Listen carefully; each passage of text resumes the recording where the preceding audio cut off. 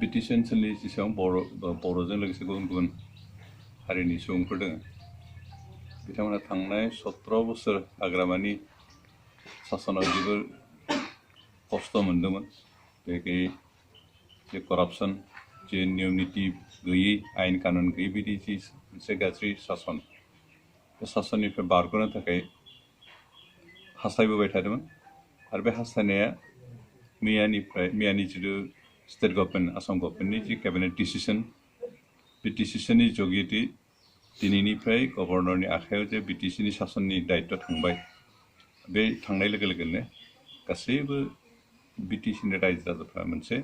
हां लास्रायनाय बायदि जाबाय जे बेबायदि मोनसे हां सत्ते सत्ते अबस्था, नियम निति गैयै, आयेन कानुन गैयै, करापसन, बेबायदि गासैबो बुंफबनाय जि सासन बेनिफ्राय बारग'नो मोननानै दिनै रायजोफ्रा गोजोननाय मोन्दों। आरो जों बेखि UPPLनि दैदेनगिरि हिसाबै आरो सासे बिजाथि हिसाबै रायजोपालनि आखायाव जि सासननि बिबान दं बेखौ बरायदों। आरो लोगोसे आसाम सरकारजों धन्यबाद होदों जे अन्तत बिटिसि ओनसोलखौ हाग्रामा महिलारिनि जि दुर्नीति, जि अपखाहन, बेनिफ्राय बासायनानै मोनसे मोजां सासन होनो जे थांगासिनो दं, बेनि थाखाय जों असम सरकारखौ बाख्नायदों। आरो जों आसा खालामदों जे रायजोपाल महोदय सासननि दायित्व लानाय बिटिसिआव मोनसे मोजां सासन खालामसिगोन, दुर्नीति मुक्त बेबायदि मोनसे समाज खालामसिगोन। बिटिसि ओनसोलाव जेसेबां रायजो राजाफ्रा गुबुन गुबुन जाति जनगोष्ठीनि गासैखौबो समान मोनथाय, समान सुबिदा होनानै थांनानै थानायनि मोनसे मोजां खाबु होसिगोन। आरो बिटिसिनिफ्राय अन्तत दुर्नीतिखौ फोजोबस्रांसिगोन आरो बेबायदि दुर्नीति मुक्त मोनसे समाज दानो थाखाय खाबु होसिगोन, बेखौ जों आसा खालामदों।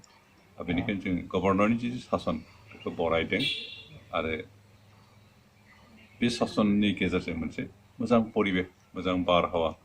मोजां थासारि, मोजां सासन जे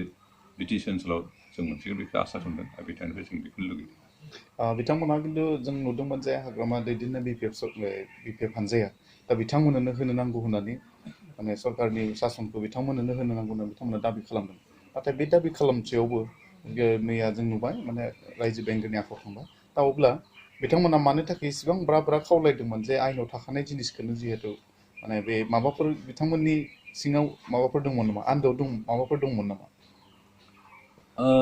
हाग्रामानि महिलारि बिथांनिफ्राय टार्मा, बिथांमोननि सासननि समा मैया जोबनाय सत्तेव बिथांमोना लुगैदोंमोन जे सासनखौ बिसोरनि आखायावनो गथायबावथों, अन्तत 6 माससो केयारटेकार हिसाबैबाबो हाग्रामा महिलारिनि आखायावनो समजायथों सासन बिबानखौ, बेखौ लुगैदोंमोन। खिन्थु भारतनि संबिजिताव स्पष्ट बाथ्रा दंखायो जे जेब्ला बिटिसि ओनसोलाव कन्स्टिटिउसनेल मोनसे क्राइसिस जागोन अब्ला बिटिसिनि सासननि बिबानखौ गभर्नरानो दायित्व लायो। इन केस माबा मोनसे समाव सरकार सोलिबाय थादों खिन्थु गेजेर सरकारनि टार्मा जोबालासिनो गेजेर ससेयावनो हयथ' क'लिसन सरकारनि थाखायबो जानो हागौ, बा किसुमान सरकार दानाय पार्टिनि सोद्रोमाफोरनि गाज्रि मोनलायनि थाखायबो जानो हागौ सरकारा गेजेराव बायना थाङोबा, बेबायदि समाव गोदान सरकार जासान्दि खिन्थु रुलिं जिखिनि माबा फोर्स, जिखिनि पार्टि, बिथांमोननो अन्तत टेम्परारि मोनसे सासननि दायित्व होनायनि माबा बेबस्था दं, गभर्नर बेखौ खालामनो हायो। खिन्थु आथिखालनि जि सिटुएसन बेयाव BPFनो सासननि बिबानखौ एक्सटेन्ड खालामनांगौनि बा खालामनो हानायनि परिबेश गैया, जिहेतु बिथांमोननि 5 बोसोर टार्मा जोबखाबाय। आरो लोगोसे बिथांमोना आथिखालाव जानो गोनां जितु इलेक्सन, जितु बिसायख'थि, बेवहाय हाग्रामा महिलारि बिथाङा गावयानो बिजाथि आरो इतिमধ্যे इलेक्सननि कड अफ कन्डाक्ट सोलिगासिनो दं। दा बेबायदि सिटुएसनाव BPFनो दायित्व होनो हानायनि कन्स्टिटिउसननि जेबो बेबस्था गैया, बेनिखायनो दिनै गभर्नरा लादों।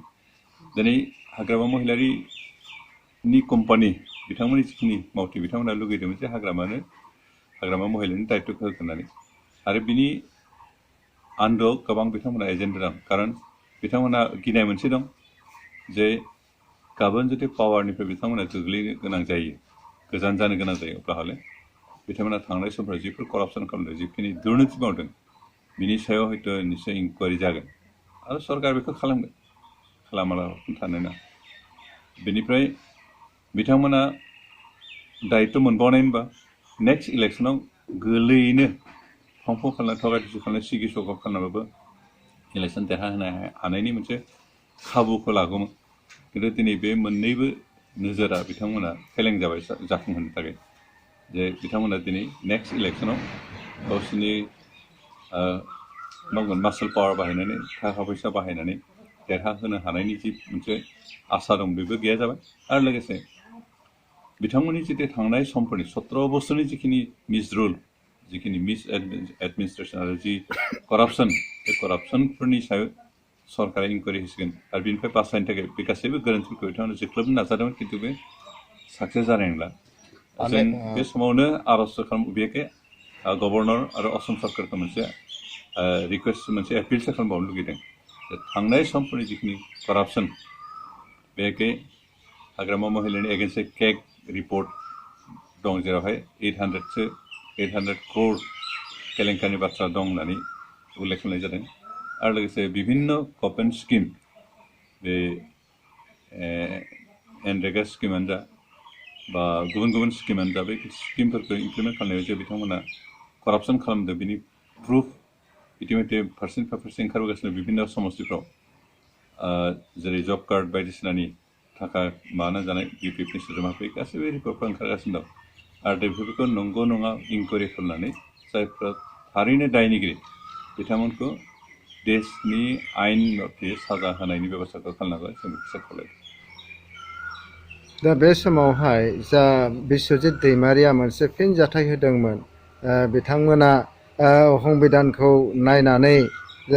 एक्सटेनसन खालामनो हानायनि खोथाखौ बिस्वजित दैमारिया एमपि बिस्वजित दैमारिया बुंदोंमोन दा बे संबिधानखौ नायनानै बिथाङा माखासे खोथा बुंदों बिनि सायाव सारनि जितु बुंनांगौआ मा बिस्वजित दैमारिया इन्डियान कन्स्टिटिउसननि प्रभिजननि बाथ्रा बुंदों बिथाङा मोनसे अपसनखौल'सो बुंदों 6 सिडिउलाव बेबायदि मोनसे कन्स्टिटिउसन क्राइसिस जायोब्ला मोननै अपसननि बाथ्रा दं इतिमধ্যে आं मोनसे अपसनखौ बुंबाय जे मालाबा सरकारा सोलिबाय थादों खिन्थु 5 बोसोर जायै समाव सरकारा बायना थांबाय बेबायदि समाव जुदि सोरखौबा केयारटेकार बेहाय रुलिं सरकारखौनो केयारटेकार गभर्नमेन्ट हिसाबै होनो हायो नेक्स्ट सरकार दानो हासान्दि दा बेबायदि खेथ्रआव गभर्नरा इच्छा जायोबासो खोथाया बे बाथ्रा दं इच्छा जायोसो इच्छा खालामोबा अब्लासो रुलिं पार्टिनि जाय जोंनो चिफ जाना दं बिथांनो केयारटेकार दायित्व होनो हायो आरो गुबुन अपसना जाबाय टार्म जोबोब्ला गभर्नरा बेखौ रुल खालामो बे मोननै अपसन दंखायो स्पष्टयै दा दिनैनि बेलायाव बिथांमोननि 5 बोसोर सरकारा टटेलि जोब्बाय आरो बेवहाय रुलिं पार्टिनो केयारटेकार गभर्नमेन्ट हिसाबै दायित्व होनायनि कुनु कुवेसन गैया कन्स्टिटिउसनाव बे प्रभिजना गैया बिस्वजित दैमारि बिथाङा बे माबाखौ कन्स्टिटिउसननि बे दफाखौ मिस इन्टारप्रेट खालामनो नागिरबाय थादों आरो बिथांमोना दा बेखौनो बुंनो नाजादों जे आसाम सरकारनि केबिनेटआ जि डिसिसन लादों बियो भुल होननानै दिन्थिनो नागिरदों खिन्थु जि डिसिसन बे एज पार द कन्स्टिटिउसनेल बे कारेक्ट आरो हाग्रामा महिलारिनि जानानै बिस्वजित दैमारि जे मोनसे मिस इन्टारप्रेटेसन खालामबाय थादों कन्स्टिटिउसनखौ बेसो भुल आरो दानि सिटुएसनाव जोंनि गभर्नरानो रुल खालामनांगोन खारन बिपिएफनो दायित्व होनो हाथावनाय अबस्था गैया खारन बिथांमोना इतिमধ্যে इलेक्टोरेल प्रसेसआव हाबबाय आरो इलेक्सन कड अफ कन्डाक्टनि बिथांमोनाबो मोनसे दायनिगिरि बेनिखायनो बिथांमोनखौ दायित्व होनायनि दानि समाव बे परिबेखा गैया बे कन्स्टिटिउसना बेखौ थोना दा बे समावहाय कड अफ कन्डाक्ट दङ आरो मैया बिपिएफ सरकारनि जा माने ट्राम्स बे ट्राम्सआ जोबनानै थांबाय जेनेबा नोंथाङाबो सासे बे बिटिसि समस्तिनि भैराकुन्द समस्तियावहाय बिजाथि UPPL निफ्राय दा बे समाव इलेक्सनाथ' जाखागोन सानसेब्लाबो बे समाव रायजो राजाखौ नोंथाङा मा होननानै खावलायहरगोन दिनै आं रायजो राजाखौ खावलायनो सानदों जे इलेक्सना जोंहा 4 तारिखआव जानो गोनांमोन खिन्थु जायाखिसै खिन्थु दासिमहालागै इलेक्सनखौ केन्सेल खालामबाय केन्सेल खालामबाय होननानै डिक्लेयार खालामाखै आरो इलेक्सननि प्रसेसआ दासिमबो सोलिगासिनो दं इलेक्सननि कड अफ कन्डाक्टआबो दंबाय थायो खिन्थु बेराफारसेथिं जा होल वर्ल्डआवनो COVID-19नि जिथु मोनसे गाग्लोबनाय गिख्रंथाव गाग्लोबनाय बिनि मोनसे गाज्रि बारहावाबो सोलिगासिनो दं बेनिखाय जों बेखौनो खावलायनो सानदों रायजो राजाफोरखौ जे इलेक्सना जोंहा एनि टाइम जानो हागौ बिनि थाखाय जों गासिबो प्रिपेयार जानानै थानांगोन आं दिनैनि बे मिडियानि जुगेदि रायजो राजाफोरखौ खावलायनो सानदों बेहाय UPPLनि जेसेबां प्राइमारि कमिटिनि वार्कारफोर दं जेसेबां बुथ कमिटिनि वार्कारफोर दं जेसेबां भटार सापर्टारफोर दं बिथांमोनखौ खावलायदों जे नोंथांमोना जिखुनु समावनो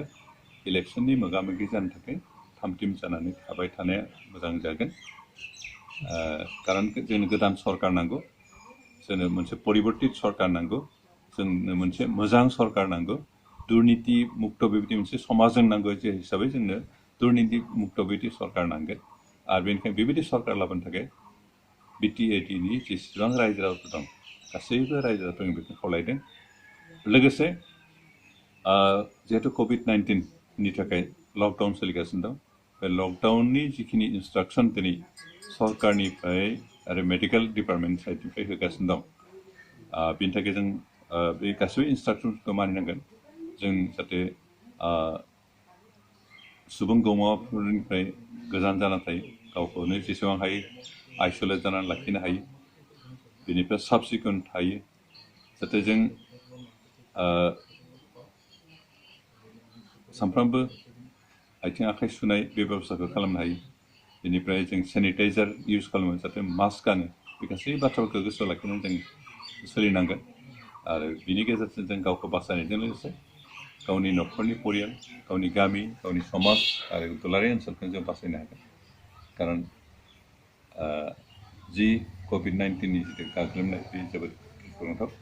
आरो बिनिफ्राय जों समाजखौ बासायनांगोन देशखौ बासायनांगोन आरो बेनिखायनो जों सांग्रां जानांगोन आरो जिखिनि इन्सट्राक्सन जों बेखौ मानिनांगोन बेनिखायनो जों बे मोननै बाथ्राखौ फारसेथिं इलेक्सन थाखाय रेडि जानानै थानांगोन फारसेथिं COVID-19निफ्राय जोंनि गावखौ लाफानानै जोंनि साखाथियाव जेसेबां दं गावनि न'खरनि जेसेबां दं जोंनि समाजनि जेसेबां दं गासैखौबो बासायनो थाखाय जों नाजानांगोन आरो जोंनो गोदान सरकार नांगौ बेनिखायनो जों इलेक्सन थाखाय प्रस्टुत जानानै थानांगोन आरो जों बेखौबो गोसोआव लाखिनांगोन जे थांनाय 17 बोसोर हाग्रामा महिलानि समाव जिखिनि दुर्नीति जादों बे दुर्नीतिफोरनि थाखाय दुर्नीति खालामग्राफोरनि सायाव इनकुवारि जानांगौ बिनि थाखाय रायजोफ्राबो असम सरकार आरो दानि गोदानै दायित्व लानाय गभर्नर बिथांनिसिम आपिल दैथायहरनांगौ खावलायनांगौ जाहाथे इनकुवारि खालामथों आरो इनकुवारि खालामनायनि गेजेरजों दायनिगिरिफोरखौ जाहाथे आयेन मथे साजा होथों जों बिनि थाखायबो सरकारखौ आरो गभर्नर बिथांखौ जों खावलायनो थाखाय आं रायजो राजाखौ दिनै बे मिडियानि गेजेरजों खावलायनाय जाबाय गोजोन्थों